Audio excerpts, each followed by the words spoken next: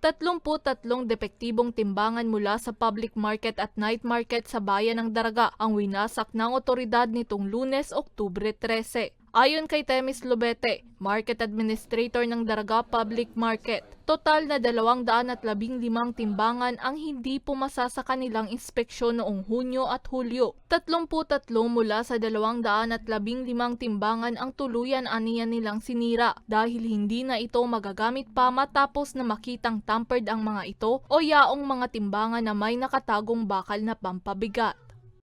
Doon sa 215. Ang karamihan doon ay walang silyo, walang calibration, record, at yung iba nga bago.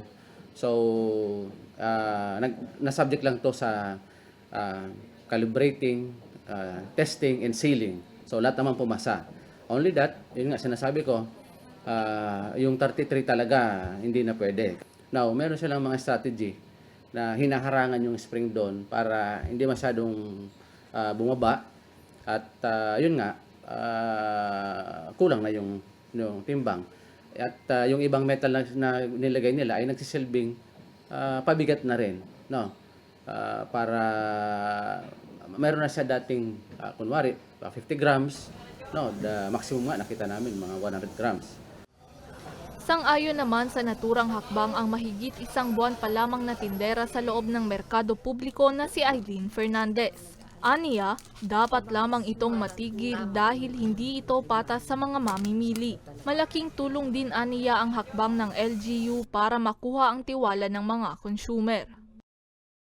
Malaking tulong yun kasi kumbaga, doon sa mga namimili din, mas okay. Kasi pag kailangan kasi katulad dito, mga product namin, dapat tama talaga yung Kasi pag syempre, konti din yung mga pambili ng mga tao, ganyan. Dapat sakto talaga ang timbang, tama, kumbaga babalik sa iyo yung mga bumibili kasi nakita nila na yung mga paninda mo tapos okay siya.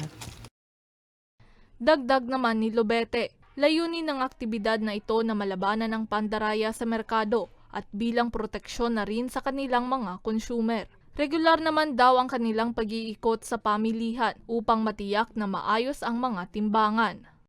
Sa kabila ng patuloy na pagtaas ng ating mga bilihin ngayon, so the least we can do is to protect them dito na lang sa timbang. Dapat sakto yung timbang ng item na binibili nila doon sa kanilang binabayad. Tenants sa Daraga Public Market, kami po ay patuloy na nakikiusap sa inyo na kung maaari ay doon lang tayo sa patas na paghanap buhay.